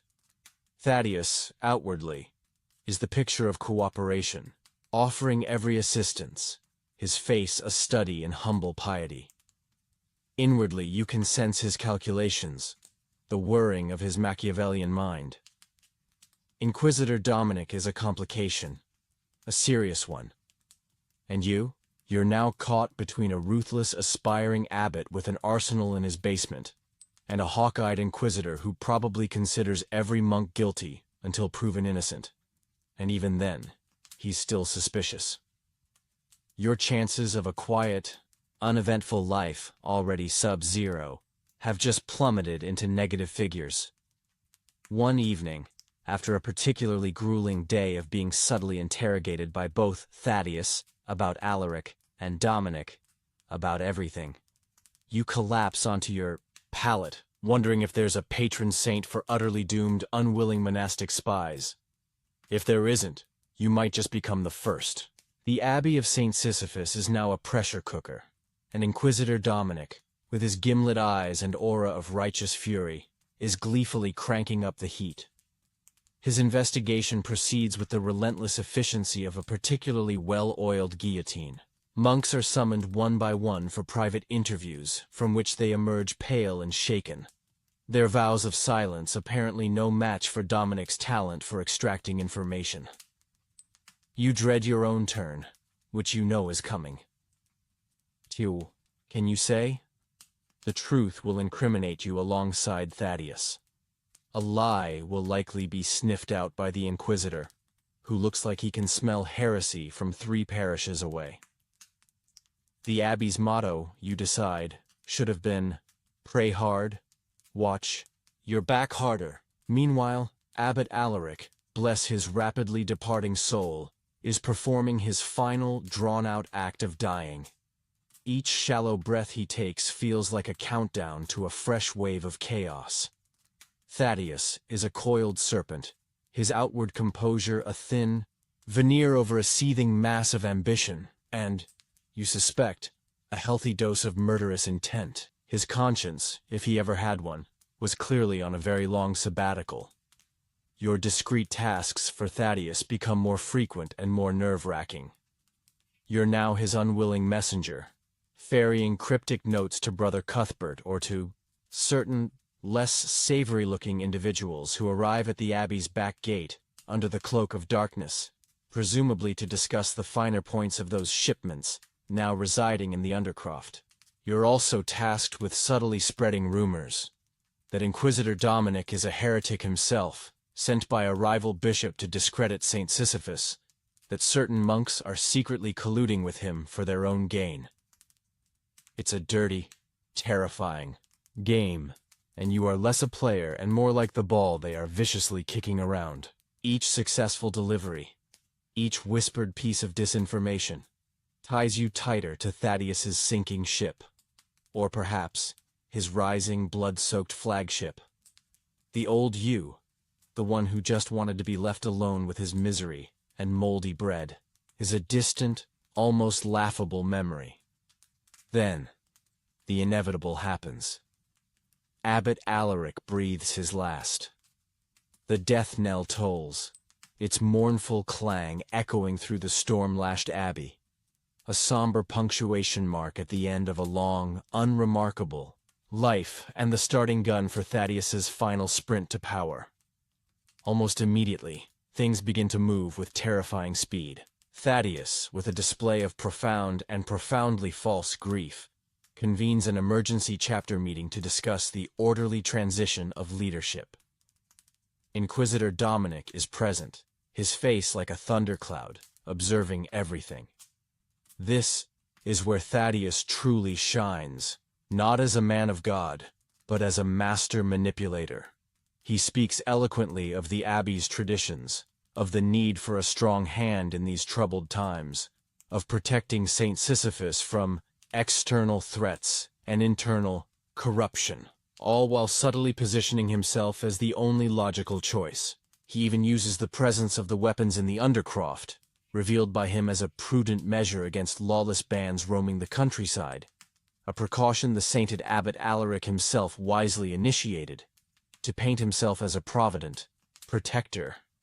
You almost choke on your own spit. Alaric probably thought a prudent measure was an extra blanket. But Inquisitor Dominic is not so easily swayed. He questions Thaddeus sharply about the source of these weapons, about certain financial irregularities he's beginning to uncover, about the convenient accidents that have befallen potential rivals. The tension in the chapter house is so thick, you could spread it on your stale bread.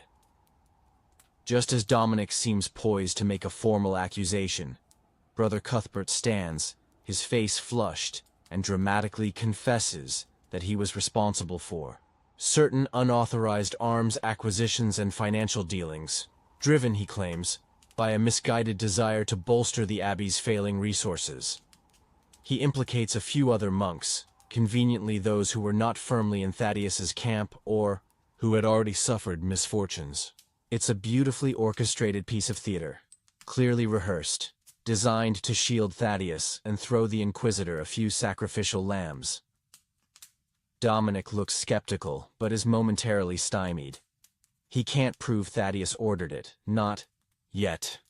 Thaddeus seizes the moment. He calls for an immediate election for the new abbot, citing the dangerous instability and the need for swift, decisive leadership.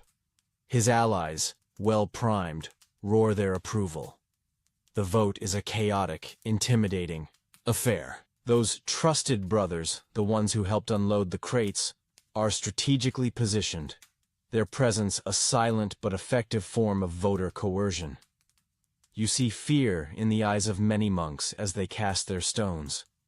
Unsurprisingly, Brother Thaddeus is elected the new abbot of St. Sisyphus by a resounding majority. As he stands to accept his new office, his eyes sweep across the assembled monks, finally resting on you. There's no triumph in his gaze, just a cold, hard calculation. You've served your purpose. What happens to inconvenient, terrified novices, who know too much now that the forbidden abbot has officially risen? Suddenly, eternal damnation seemed like a minor inconvenience compared to Thaddeus's immediate plans for you. Later that night, as the storm continues to rage, mirroring the turmoil within the abbey walls and your own soul, two burly monks, their faces grim and unfamiliar, likely part of Thaddeus's new privately imported muscle, come for you. They don't speak. They don't need to. Their intentions are as clear as the fear in your pounding heart. They grab your arms, their grips like iron, and begin to drag you from your cell. You try to struggle, to cry out, but a meaty hand clamps over your mouth. This is it. The loose end being tied up. As they haul you through the dark, rain-lashed cloisters, towards what you can only assume is a very shallow grave, or a very deep oubliette. You catch a glimpse of Inquisitor Dominic, standing in a shadowed archway, watching. His face is unreadable. Is he an ally? An enemy? Or simply an observer, cataloging the Abbey's descent into brutal tyranny for his report? He makes no move to intervene. Your last desperate hope flickers and dies. You are utterly, comprehensively screwed. This, you think with a surge of bleak, almost comical despair, is how your grand adventure in piety ends. Not with a blaze of glory, not even with a dignified martyrdom, but dragged through a muddy cloister by two thugs whose knuckles probably have a higher IQ than their owner. Your eulogy was going to be short, and probably delivered by a shovel. The hand over your mouth is sweaty and smells faintly of stale beer and onions. Clearly, Thaddeus's new recruits aren't strictly adhering to the Benedictine rule concerning temperance. You're hauled towards the old, disused charnel house, at the edge of the abbey grounds, a charming little edifice where the bones of long-dead monks are stored. How wonderfully thematic. You're about to become its newest, freshest resident. As they shove you through the creaking door, the stench of ancient decay and damp earth assaults your nostrils. This is it. The end of the line. St. Sisyphus, where the only thing more corrupt than the drains was the management, and you were about to become a footnote in its grimy history. One of your escorts shoves you roughly towards a newly dug shallow pit in the earthen floor. So much for that quiet spot in the woods. Thaddeus was clearly an equal opportunity employer of final resting places. The other one produces a length of rope, and you realize with a fresh wave of terror that they're not just going to kill you. They're probably going to make it unpleasant. First, just as he's fashioning a rather businesslike noose, a voice cuts through the gloom, as sharp and cold as a January wind. I believe that particular soul belongs to the Holy Office, brother. Inquisitor Dominic. He steps into the charnel house, flanked by two armed men you definitely haven't seen before. Grim-faced soldiers, wearing the livery of the bishop's personal guard. Apparently, he wasn't just observing your plight earlier. He was waiting for the opportune moment, or perhaps just for Thaddeus's goons to lead him to the scene of the crime. Your two captors, momentarily stunned, drop the rope and reach for daggers hidden in their belts, but Dominic's men are faster, swords drawn and leveled with deadly intent. A tense standoff in a house of bones. It's all very medieval chic. Abbot Thaddeus, Dominic continues, his voice laced with contempt, has made a number of errors in judgment. Assuming the abbacy through coercion and, I suspect, murder is one. Attempting to silence a witness is another. And stockpiling weapons, for purposes unknown but undoubtedly nefarious, Well, that is a matter for a higher authority than even he now pretends to be. He reveals that old Abbot Alaric, in one of his last lucid moments, had managed to whisper a few pertinent, damning details to him about Thaddeus's long-brewing treachery, and illicit dealings before Brother Gilead's soothing potions finally silenced him for good.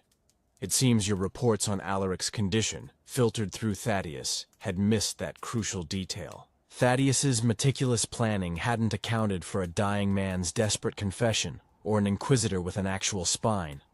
The goons, seeing the tables have turned with such finality, wisely dropped their weapons.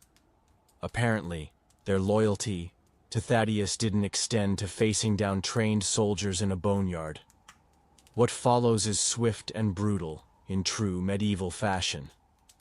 Thaddeus, the newly minted forbidden abbot, is dragged from his suspiciously comfortable chambers, his face a mask of fury and disbelief when he sees Inquisitor Dominic calmly waiting with an arrest warrant signed by the bishop himself.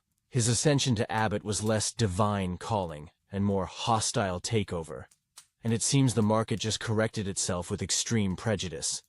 The weapons in the Undercroft are seized, the ledger you so famously discovered is produced, as damning evidence, and Brother Cuthbert, whose theatrical confession now looks laughably inadequate, quickly sings like a psalmist on speed, implicating Thaddeus in everything from financial fraud to assassination plots, to probably stealing pies from the Abbey kitchen. The Abbey of St. Sisyphus is thrown into chaos. Thaddeus and his closest cronies are clapped in irons, destined for a church trial that will almost certainly end with excommunication, imprisonment, or worse. Justice, or at least the medieval church's version of it, has arrived, albeit fashionably, late and with considerable collateral damage. And you? Are you hailed as a hero, rewarded for your unwilling bravery? Don't be ridiculous. You're still a problem. You know too much. You were, however reluctantly, complicit.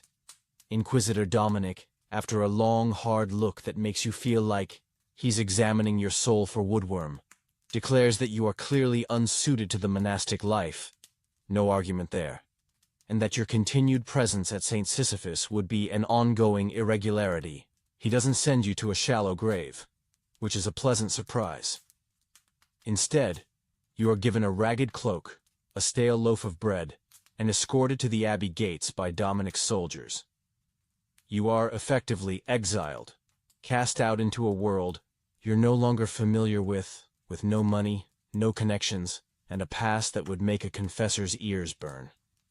Apparently your get-out-of-jail-free card had expired somewhere around the 10th century, and this was the best deal you were going to get. As you stand outside the massive oak doors of St. Sisyphus, the storm finally breaking and a weak, watery dawn painting the sky, you're free. Sort of. You're also alone, terrified, and acutely aware that your survival skills in the big, bad, medieval world are roughly equivalent to those of a particularly dim-witted sheep. But hey, at least you're not in the charnel house. Small mercies. So, there you have it. 2 delightful historical romps designed to make you profoundly grateful for your boring, predictable 21st century life. If, after all this talk of bloodletting, macabre medicine, scheming abbots, and the constant grinding misery of the past, you still can't sleep, well, I'm not sure what to tell you. Maybe try counting your blessings instead of sheep. Blessings like antibiotics, due process, and the distinct lack of homicidal monks in your immediate vicinity. Hopefully, this little journey into the uncomfortable and hilarious darkness of history has at least made you appreciate the profound luxury of a quiet night, a comfortable bed, and a world where your biggest health concern is probably just that. Artisanal coffee you had a bit too late in the day. Sweet dreams, if you can manage them. And if not, well, you know where to find me for another dose of historical self-torture. Don't forget to like and subscribe, you know, if you're into that sort of thing. From the streets to the fortress, the brutal legend of the Night Guild's founder. Forget the cold cloisters or the dubious hands of a barber surgeon. Your story, this time, begins in the fetid, pulsating womb of the medieval city itself. The streets.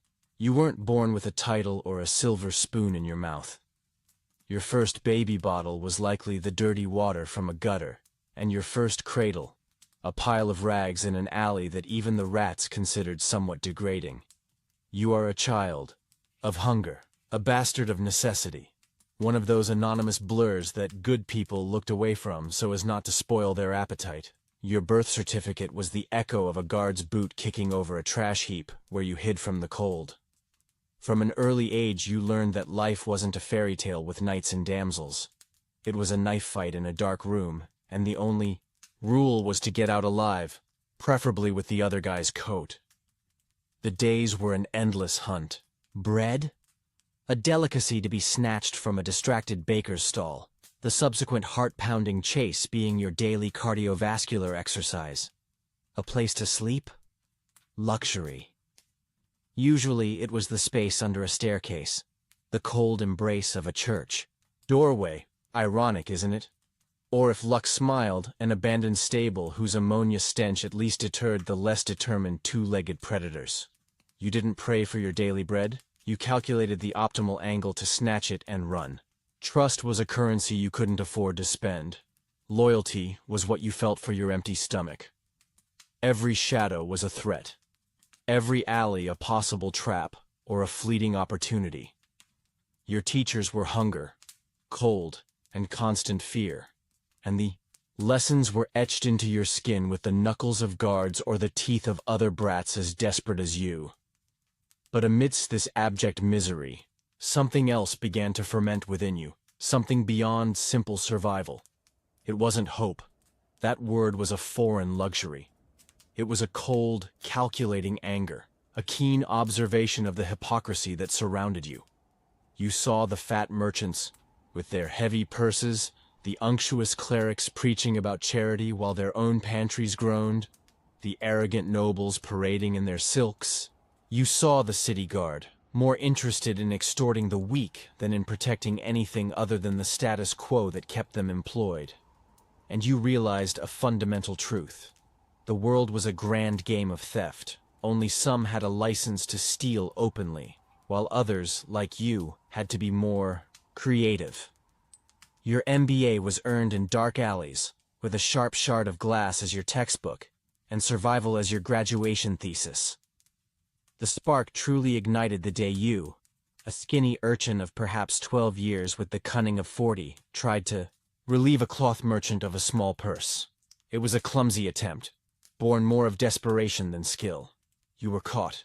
The beating that followed was brutal, leaving you for dead in the same alley where so many others had met their anonymous end. But as you spat blood and tried to piece together your aching bones, something changed. It wasn't the fear of death. That was an old acquaintance. It was the humiliation, the impotence, and the crystal-clear realization that alone, you were just another victim waiting to happen. You needed more than nimble fingers. You needed eyes in the back of your head, fists to cover you, a pack.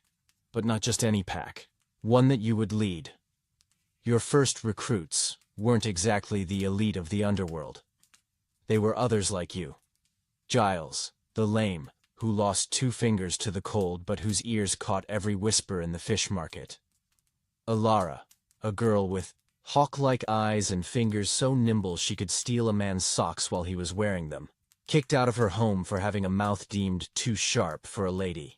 And Bran, a silent brute who had deserted some petty lord's army after deciding he'd rather risk starvation than the certainty of dying for a piece of land that would never be his. You found them in the same holes you inhabited. Your proposal wasn't for easy riches. It was for something far more valuable on the streets.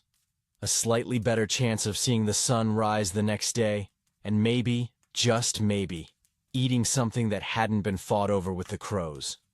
Your leadership wasn't born of charisma, but of your cold intensity, your ability to see weakness in others, and your absolute refusal to be a victim again.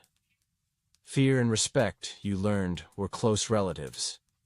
Your first headquarters was the flooded cellar of an abandoned dye works, the stench of which would make a skunk faint, but it offered the privacy the gutter denied.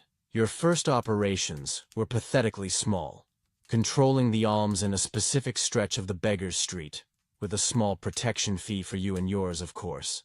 The salvage of goods fallen from inattentive merchants' carts, the sale of information, some real, some conveniently fabricated, to anyone who'd pay a few copper coins.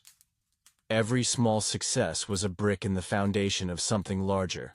Every failure, a lesson etched with fists and, occasionally, the quick flash of a knife. You instituted brutal discipline within your small band. Betrayal was punished with a swiftness that left the others breathless and with a newfound appreciation for your leadership. It wasn't pretty. It wasn't noble. But it was the beginning of your night guild. And as you looked at the city walls, at the towers of the rich and powerful, a new hunger began to consume you. Not just for bread, but for the power to shape that rotten city in your own dark image. The fortress in your mind was already under siege. The days of snatching loaves and controlling begging corners were fading into the grimy tapestry of your past. Your night guild, born of desperation and baptized in back-alley brawls, was evolving. Your business model was simple.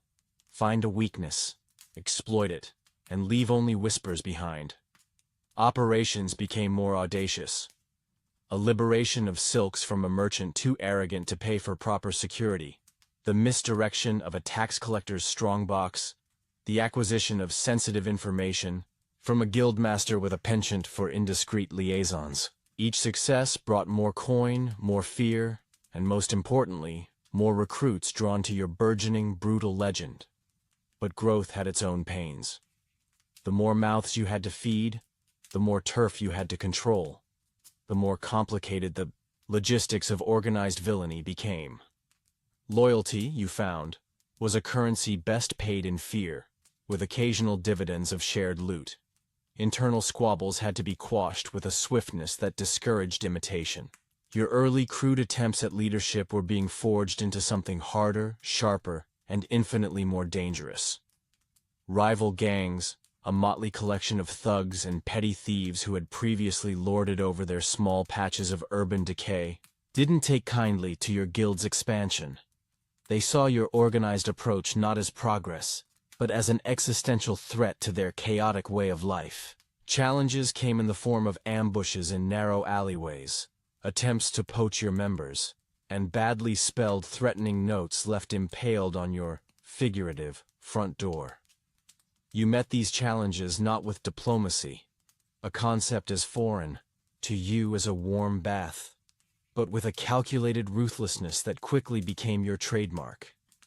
You didn't just defeat your rivals, you dismantled them, absorbed their useful assets, both human and material, and made terrifying examples of their leaders. One particularly memorable encounter involved a rival brute known as Ironjaw Hrolf. After he made the mistake of underestimating you, his moniker became considerably less accurate, and his former territory became a new jewel in the Night Guild's crown. The streets learned quickly.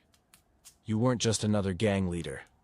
You were a force of nature, a shadow that consumed, but you were also learning. Brute force could win battles, but intelligence and influence won wars. The city guard, the merchants, guilds, even the lower echelons of the nobility, they all had their price, or at least their pressure points.